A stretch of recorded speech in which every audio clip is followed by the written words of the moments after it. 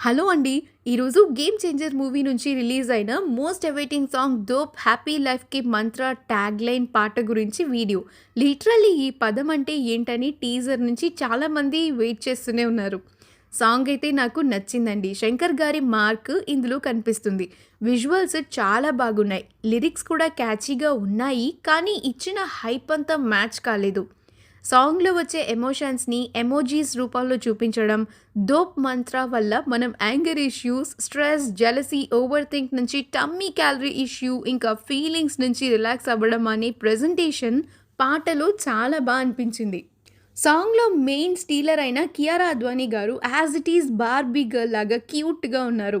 ఈ విజువల్స్ చూస్తుంటే 'రోబో' మూవీలోని 'ఎంతరలోకపు సుందరివే' పాట వైబ్స్ వస్తున్నాయి. విజువల్ ప్రెజెంటేషన్‌లో ఎక్కడా తగ్గలేదు శంకర్ గారు. మెయిన్‌గా మనం మాట్లాడుకోవాల్సింది దిల్ రాజు గారు. సూపర్ ప్రొడక్షన్ వాల్యూస్ మెయింటైన్ చేస్తున్నారు.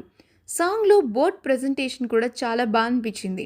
లిరిక్స్ మన సరస్వతి పుత్ర రామజోగయ్య శాస్త్రి గారు, అనంత శ్రీరామ్ గారు రాశారు. సాంగ్ ఊరికే కాకుండా సిచ్యువేషన్స్‌కి కరెక్ట్‌గా తగినట్టు లిరిక్స్‌ని రిప్రజెంట్ చేయడంలో రామజోగయ్య శాస్త్రి గారికి, ఇంకా అనంత శ్రీరామ్ గారికి వారికి వారే సాటి. ఇక మన హీరో రామ్ చరణ్ గారు చాలా స్టైలిష్‌గా ఉన్నారు రెడ్ అటైర్‌లో. స్టెప్స్‌లో తన గ్రేస్ ఏమాత్రం తగ్గలేదు.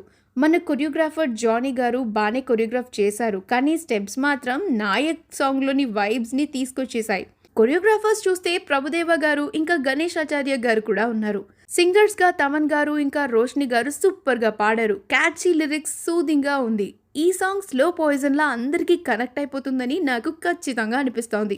మీరు ఈ సాంగ్ చూస్తే మీకు ఎలా అనిపించిందని కమెంట్స్‌లో తెలియజేయండి. మరొక మంచి వీడియోతో మళ్ళీ కలుసుకుందాం. Have a great time and please మా ఛానల్‌ని సబ్స్క్రైబ్ చేయండి.